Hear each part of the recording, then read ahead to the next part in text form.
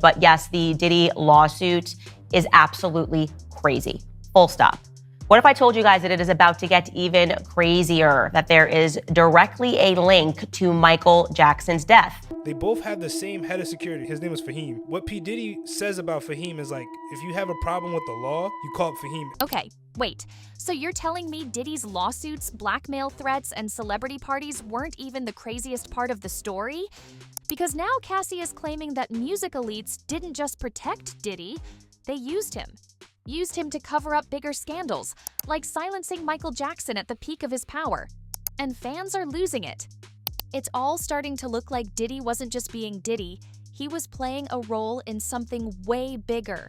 And that's not all. Cassie also hinted that Diddy helped blacklist artists who tried to speak out. Like, literally, shut them down. Before we break this down piece by piece, make sure you hit that subscribe button. Michael Jackson's death on June 25, 2009, shook the entire world. Official reports said cardiac arrest caused by a dangerous mix of propofol and benzodiazepines. His personal doctor, Conrad Murray, took the fall and was convicted for involuntary manslaughter. I spent more time with him as a friend than taking care of him medically. But Dr. Murray seemed incapable of resisting requests for inappropriate treatment from his star patient. In the 2.5 months before Jackson died, Murray admitted buying more than 15 litres of propofol and sedating his patient with it nearly every night. But while the media flooded with headlines of grief and confusion, something strange was happening behind the scenes. In the months around MJ's death, Diddy wasn't just climbing the charts. He was everywhere. And some fans have started asking the uncomfortable question, was all of this just perfect timing or something way more calculated? See, Michael Jackson wasn't just a pop star. He was a threat to the system. He owned his masters, spoke openly about corruption in the music industry, and had the kind of influence no label could ever control. That made him dangerous. And for the people running the business, removing him from the spotlight may have cleared a path for others to rise. Artists willing to play the game, follow orders, and keep certain secrets. Now here's where Diddy enters the gray zone. He publicly mourned Michael Jackson's death. He even released a tribute track. Tell me everything you can about this photograph. That's me and MJ, baby. Yep. That's me and MJ chilling. When was that taken, do you know? That was taken like maybe 6 years ago. He came to one of my parties. Right. So if he could come, you could have came to one of the parties. What? But behind the scenes, Cassie's recent claims paint a way darker picture of how Diddy operated. If Michael Jackson's sudden death left a power vacuum, someone had to fill it. Someone had to benefit. And if Cassie's claims about Diddy being used are even partly true, then the next question becomes, used by who? Industry insiders often refer to the gatekeepers, not just label execs or managers, but a group of elite figures who pull the strings behind the biggest names in music. These aren't just rich business people, they're the ones who decide who gets radio play, who headlines Super Bowl stages, who gets canceled, and who gets crowned. When Michael passed, several artists suddenly saw their careers explode. Jay-Z, Beyoncé, Kanye West, Rihanna, even Diddy himself, all saw massive spikes in visibility, access, and industry dominance.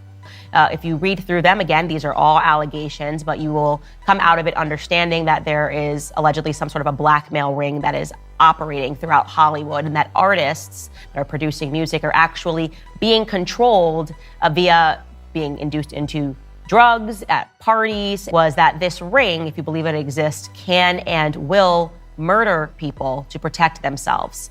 And he intimated this event that happened allegedly at a recording studio where Diddy and his son allegedly shot someone, and it was covered up by the LAPD.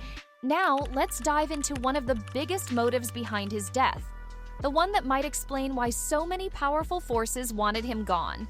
Through a deal, Michael owned 50% of Sony ATV Music Publishing, which included the rights to the Beatles, Elvis Presley, and hundreds of other legendary artists. That catalog was worth billions and growing. The deeper MJ went into that world, the more uncomfortable it made the suits at the top. Michael Jackson had started speaking publicly against Sony, against his treatment by the media, and against the power brokers of the music industry. He knew too much, and worse, he was still loved. He was planning a major comeback tour, This Is It, which would have re-cemented him as the undisputed king. Diddy was connected to Michael Jackson's house. Michael Jackson hated the rap industry because on an award show, when he got his award, he's like, these artists do so much and these companies take advantage of them. I'm leaving, I think it was Sony he has? He basically owns Sony because he has 50% of whatever Sony makes. Yeah. He's like, I'm leaving. I don't think they'll like this. So how does this relate to Diddy? His head security, his name is Fahan. He was Michael Jackson's head security. So he snuck a spy in type Fahan, shit? he's like the Lester, people are saying, in GTA. Yeah. Because whenever you're employed by Diddy and you get into police or you get pulled over, you call Fahan and he'll get you out of everything. So they had police help. To Diddy and these elites, all of this wasn't just risky, it was a problem. Because a Michael comeback meant control slipping back into the hands of the artist. And if MJ succeeded, others might follow. That could unravel the whole system. Now, the biggest move they made, the one that changed everything, they didn't just attack Michael's image.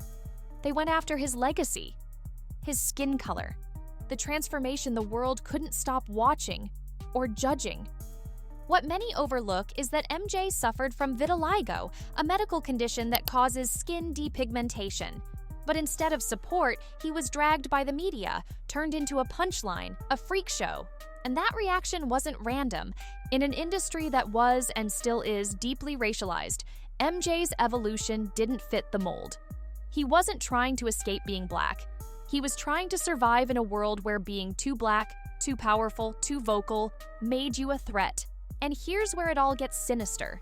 The color of your skin is obviously different than it was when you were younger. What you have done or are doing, are you bleaching your skin? And is your skin lighter because you don't like being black? Okay, number one, there is no such thing as skin bleaching. I have never seen it. I don't know what it is. Well, they used to have those products growing up. I used to hear, always use bleach and glow, but you'd have to have about 300,000 gallons to... Okay, number one, this is the situation. I have a skin disorder that destroys the pigmentation of the skin. It's something that I cannot help. When people make up stories that I don't want to be who I am, it hurts me. It's a problem for me, okay? I can't control it, okay? What about all the millions of people who sit out in the sun to become darker, to become other than what they are? Nobody says nothing about that. So when did this start? Sometime after Thriller. It's in my family. My father said it's on his side. I can't control it. I don't understand. I mean, it makes me very sad. But that's the situation here. His shifting appearance was used against him. People in power began using it to discredit him. They labeled him unstable, self-hating, disconnected. Cassie's recent claims only underline this idea, that the entertainment world doesn't just control careers, it controls narratives. And the narrative around MJ was carefully twisted. They painted him as weird. So how did they kill him? Was it just the drugs? Or was there something more? Michael Jackson was killed off. I truly believe when he owned half of Sony label and they couldn't control him, he owned literally Beyonce's catalogue, Jay-Z, The Beatles, and all of a sudden started talking about people controlling things. Sony went against him. As soon as he went against Sony, these pedophile allegations came. He was watched by the FBI. If you look into his case, I think 7 to 10 years monitored, tabbed, recorded his whole house, and not one bit of evidence. If you're a nonce, something's gonna come out. I truly believe when they want to get you, they want to get you. Some even say that Michael was pushed into heavy medication, not by choice, but by pressure. Forced to keep going, keep performing, keep producing profits. He was exhausted, physically and emotionally. Every time he tried to slow down or regain control, the system just tightened its grip. I don't think it's fair. I don't think it's accurate. And I think a lot of people got away with a lot with Michael Jackson, and his death, sadly, was inevitable. I say that because Michael Jackson had a long-term addiction to various drugs, including Demerol.